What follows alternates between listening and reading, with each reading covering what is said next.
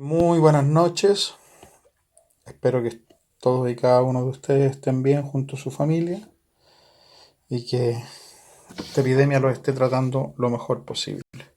Bueno, ahora vamos a terminar de retroalimentar la guía.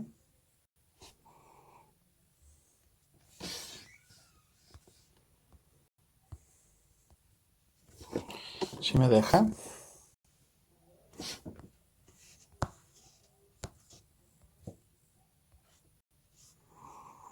Esto ya lo retroalimentamos.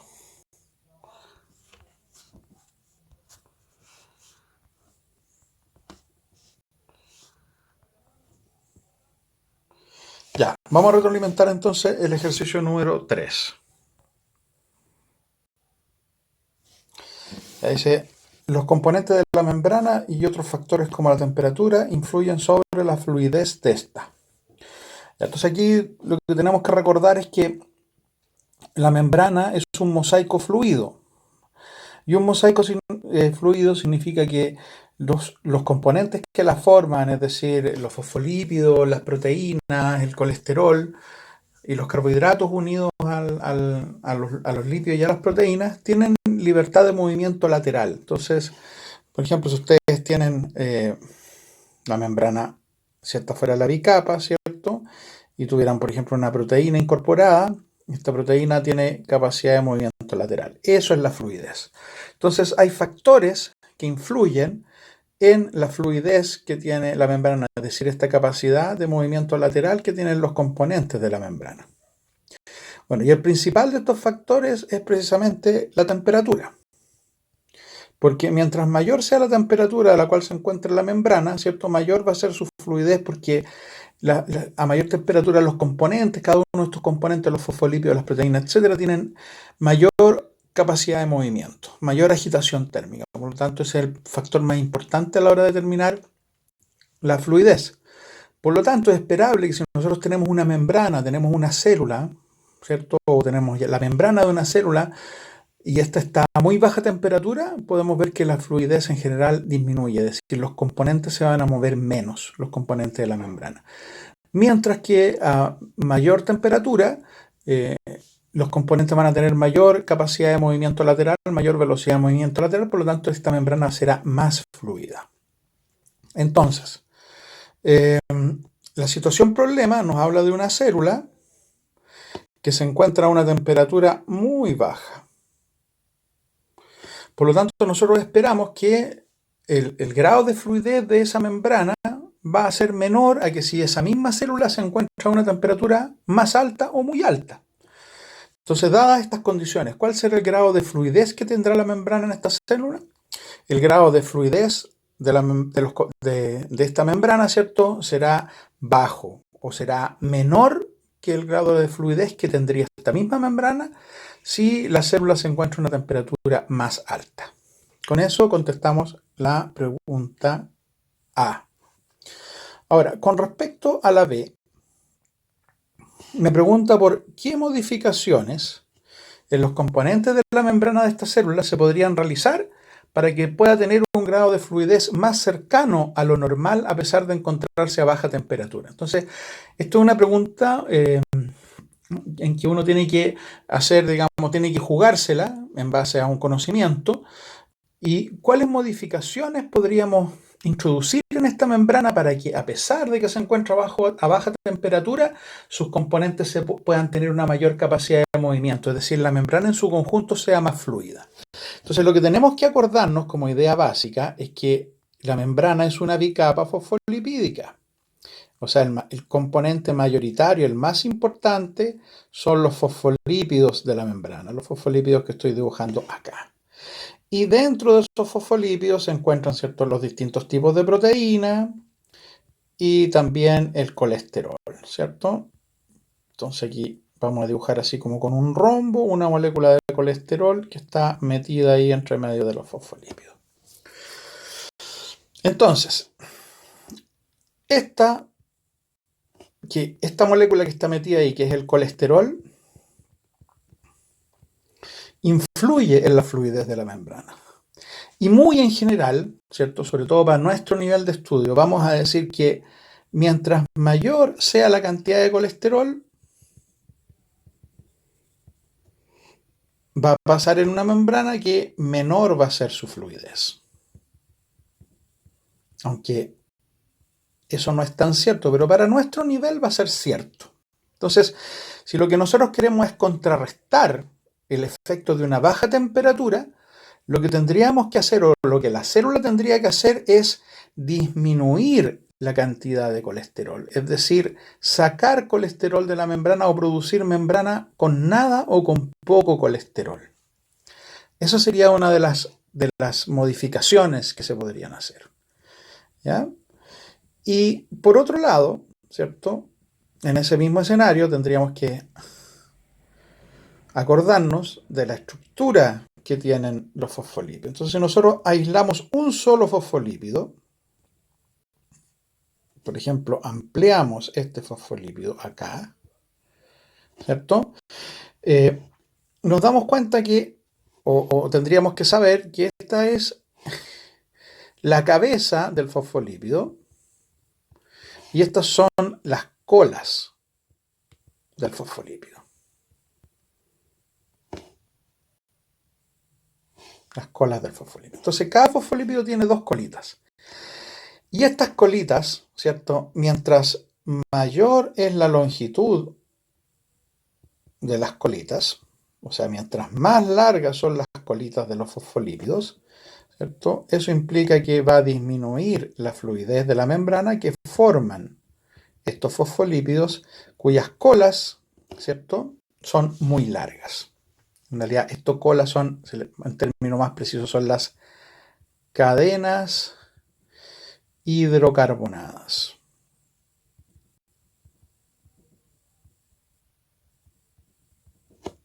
Las cadenas hidrocarbonadas. Entonces, otra de las modificaciones que podríamos introducir en esta membrana de esta célula sometida a baja temperatura para poder contrarrestar esta poca fluidez debido a la baja temperatura sería que reemplazar los fosfolípidos originales por fosfolípidos con cadenas hidrocarbonadas más cortas. Entonces, reemplazar a lo mejor estos fosfolípidos de cadena larga, reemplazarlos por otros fosfolípidos de cadena más corta. Con eso lograríamos aumentar la fluidez de la membrana y contrarrestar este efecto. Ahora, también hay otro factor que influye,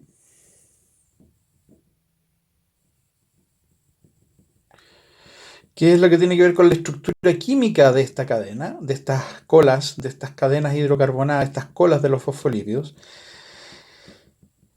y es lo referido a la estructura química que tienen. Entonces, por ejemplo, si acá tenemos una cola tradicional de un fosfolípido, ¿ya?, que son colas rectas. Si nosotros construimos, o la célula más bien construye fosfolípidos, ¿cierto?, que además de ser cortos, presentan dobles enlaces en sus colitas. Aquí estoy dibujando, ¿cierto?, estos dobles enlaces o insaturaciones dentro de la estructura del fosfolípido. Vamos a obtener también fosfolípidos que tienen una mayor fluidez. Entonces, estos dobles enlaces, que se llaman insaturaciones,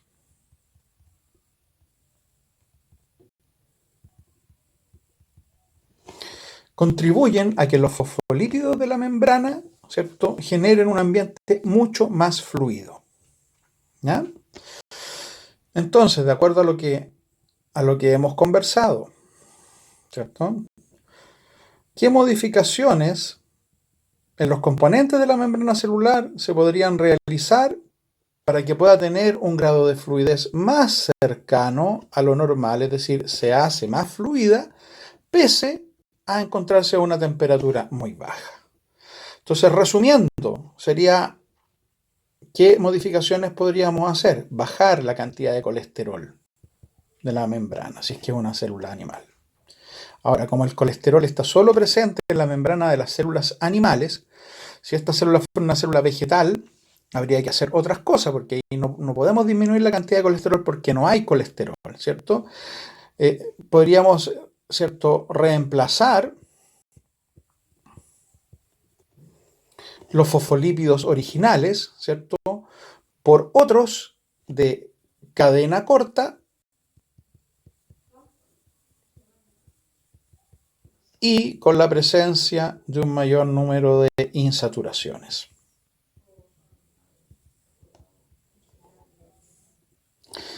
En ese caso vamos a lograr, modificando estos componentes, que esta membrana sea más fluida a pesar de la baja temperatura.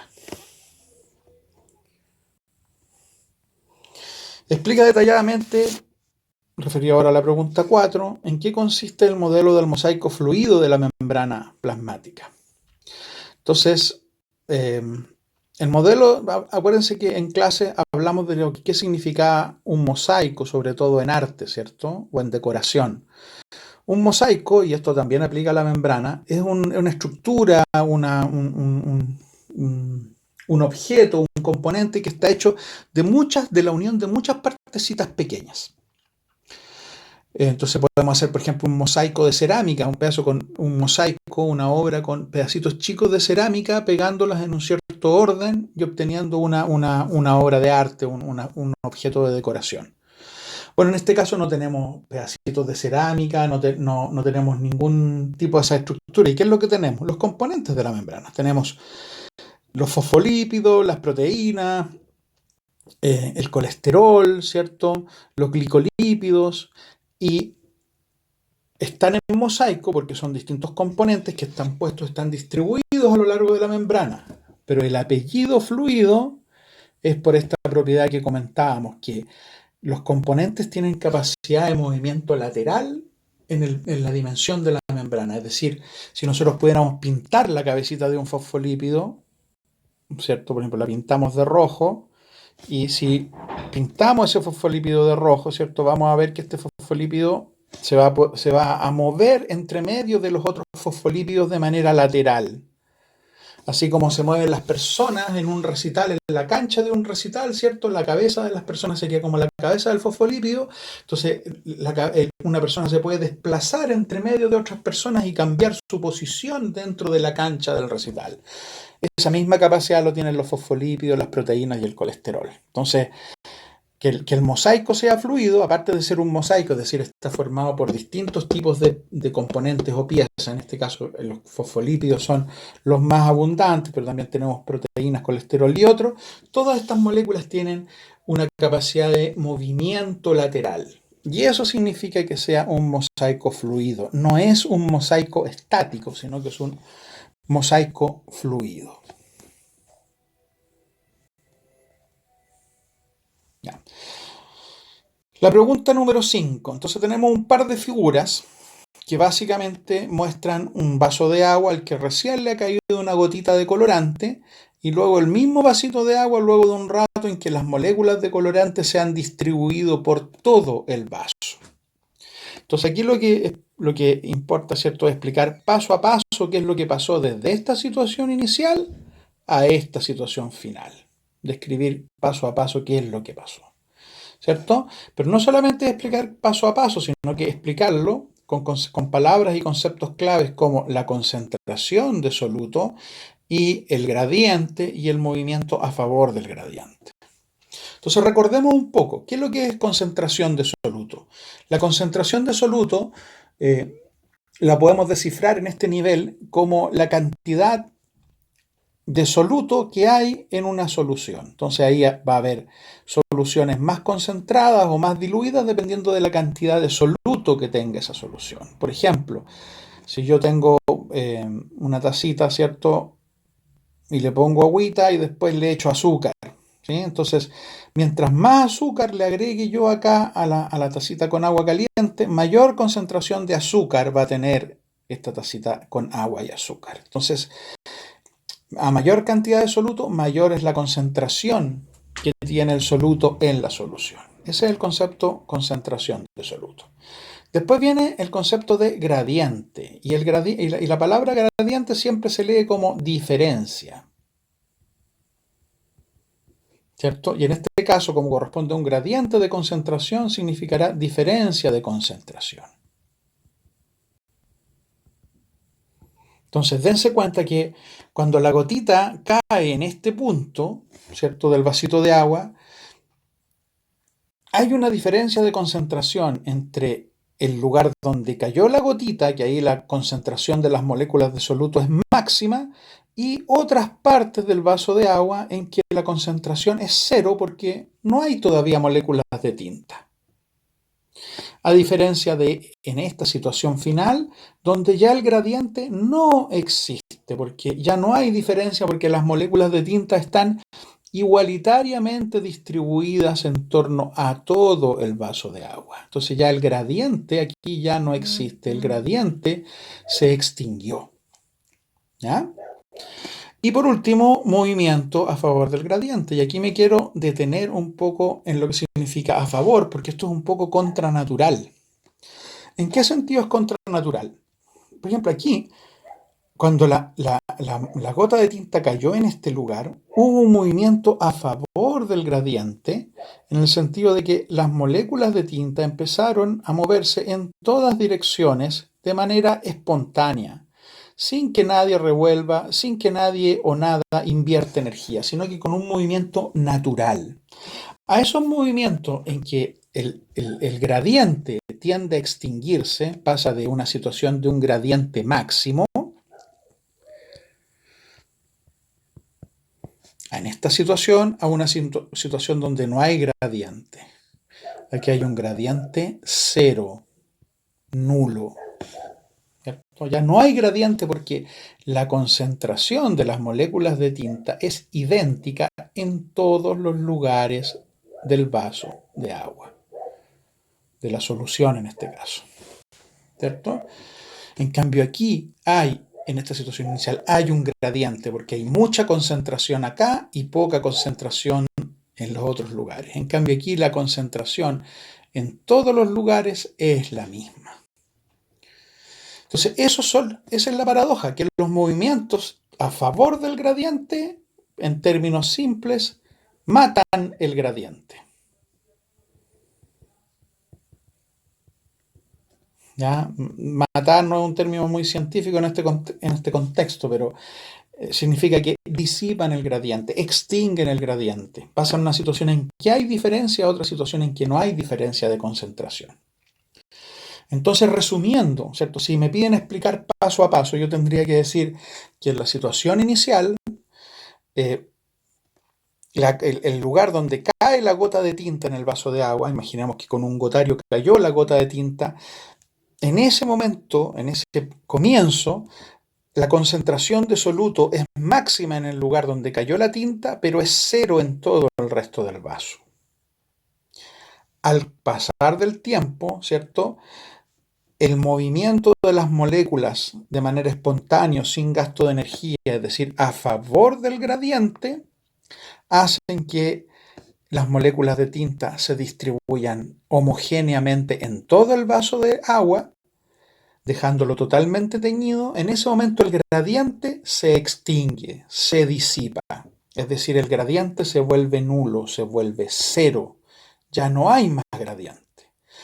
Y eso es un movimiento a favor del gradiente, sin gasto de energía, espontáneo.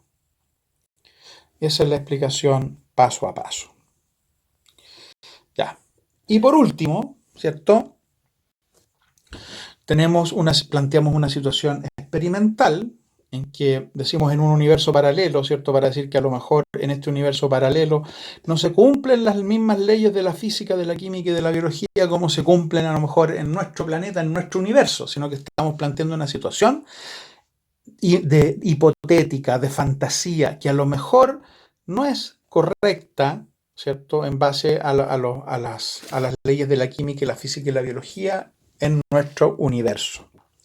Entonces, en ese universo paralelo, un grupo de investigadores plantea la siguiente hipótesis. Si se coloca papa picada en soluciones de distinta concentración de soluto, entonces la masa de las papas aumentará mientras mayor sea la concentración de la disolución o solución. ¿Sí? Entonces aquí tenemos tres medios. Entonces, bueno, sabemos que la papa está hecha de células, ¿cierto? Las papitas están hechas de células, son tubérculos que están hechas de células, ¿cierto? Entonces, nosotros podemos dibujar acá, por ejemplo, una sola célula de papa para representar, ¿cierto?, a todas las millones de células que van a formar esta masa inicial de 10 gramos que van a estar en 3 medios distintos. Entonces, nosotros vamos a colocar acá en un tubito de ensayo, ¿cierto?, acá una célula que representa a las millones de células que constituyen los 10 gramos de papa, ¿cierto? Este va a ser el tubo 1, ¿sí? Aquí vamos a colocar en el segundo tubo, el tubo que lo designaremos con 2, otros 10 gramos de papa, que aquí vamos a dibujar esa celulita, ¿cierto?, que representa a los 10 gramos de papa. Y en el tubo 3 vamos a colocar, ¿cierto?, otros 10 gramos, ¿cierto? Entonces, esos 10 gramos, esos 10 gramos y esos 10 gramos, en realidad están formadas por millones de células, pero nosotros lo representamos en una sola célula. Y en el tubo 1 vamos a colocar un medio hipotónico. ¿Qué significa un medio hipotónico? Un medio que tiene 0% de concentración de soluto. Imaginemos, por ejemplo, sal, ¿ya? Entonces, en el tubo 1 tendría que haber agua pura, es decir, agua destilada. Entonces le colocamos acá, ¿cierto?, un volumen o el mismo volumen, por ejemplo, 10 ml de agua destilada. Ese es el medio hipotónico. Después, el segundo, le colocamos 10 ml, ¿cierto?, de líquido de medio isotónico. ¿Qué es lo que es un medio isotónico? Un medio isotónico es un medio que tiene un 5% de sal, es decir, por cada 100 gramos de medio de solución, tenemos apenas 5 gramos de sal. Entonces, en esa situación, esta sería una solución, lo colocamos en un medio hipotónico, concentración 0%, en un medio 2, 5%, y en el tubo 3, un medio hipertónico, o sea, este sería el que tiene más soluto. Este sería, por ejemplo, un agua muy salada, que tiene una tremenda cantidad de sal. Y colocamos los 10 gramos de papa en esas tres situaciones, en agua destilada, en una solución diluida al 5% y en una solución muy concentrada al 50%, o sea, con mucho soluto. Entonces, ¿qué es lo que nos dice la hipótesis de estos investigadores? Nos dice que mientras mayor sea la concentración del soluto, porque aquí a medida que pasamos del tubo 1 al tubo 2 al tubo 3, la concentración que tiene, ¿cierto?, la concentración que tiene es primero 0 en el primer tubo, después más grande, 5%, y después muy grande, 50%. Entonces aquí nos dicen que la masa de las papas va a aumentar mientras mayor sea la concentración de la disolución. Entonces, ¿qué es lo que va a pasar según la hipótesis? ¿O qué es lo que tendría que pasar según la hipótesis? Que a estas células de papa, cuando uno la coloca en una solución al 50%, le entran mucha agua. Le entran muchas moléculas de agua, ¿ya? En esta que tiene una concentración isotónica, ¿cierto?, no le entraría agua, ¿cierto? Y esta, que está en una solución hipotónica, tendría que salirle agua. Y al salirle agua, la célula se chuparía y por lo tanto los 10 gramos, ¿cierto?, se reducirían. Entonces, si dichos investigadores aplican un procedimiento experimental al que nosotros vamos a utilizar en el laboratorio, que ustedes tienen ahí las hojitas que les pasé en la clase que tuvimos, ¿cuáles serían los resultados que se deberían obtener en esta columna? Entonces, mientras mayor sea la concentración. Entonces, para que eso sea coherente, por ejemplo, aquí tendríamos que tener un valor de 10. Esto tendría que tener, por ejemplo, un valor de 11. Y esto tendría que tener, por ejemplo, un valor de 12. Entonces, mientras mayor sea la concentración de la solución o medio donde están puestas las papas, mientras mayor sea, ¿cierto?, se va a producir, según esta hipótesis, un aumento en la masa de las papas, ¿ya? O, por ejemplo, nosotros podríamos plantear, y que también estaría bien, por ejemplo, que en esta situación, en cero concentración, la masa final podría ser 9, ¿cierto? En esta se podría mantener y en esta podría aumentar. Esos datos, digamos, también son coherentes con esta hipótesis. Entonces, lo que Lo que yo les pido, ¿cierto? Es que ustedes, o lo que yo les pedía era que ustedes hubieran hecho una predicción en base a esta hipótesis. O sea, si mientras más sal le pongo al medio donde voy a colocar los 10 gramos de papa, esta papa va a aumentar su masa, ¿ya? Porque las células van a empezar a chupar agua, se va a incorporar agua al interior de estas células. Entonces aquí tenemos la célula y, por ejemplo, la concentración de, en la concentración de 50 ingresaría mucha agua. Y estos 10 gramos de papa, que son millones y millones de células, ¿cierto? Todas estas células al mismo tiempo estarían incorporando agua y eso produce, ¿cierto?, un aumento en la masa.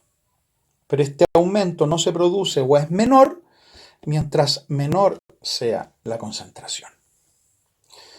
Eso es. Bueno, cualquier duda, pregunten por esto. Ya tienen varias maneras de preguntar. Pueden preguntar a través de los comentarios del canal de YouTube o también en la clase que tenemos fijada, en la clase virtual que tenemos fijada. ¿Ya? Eso, que estén muy bien. Cuídense mucho.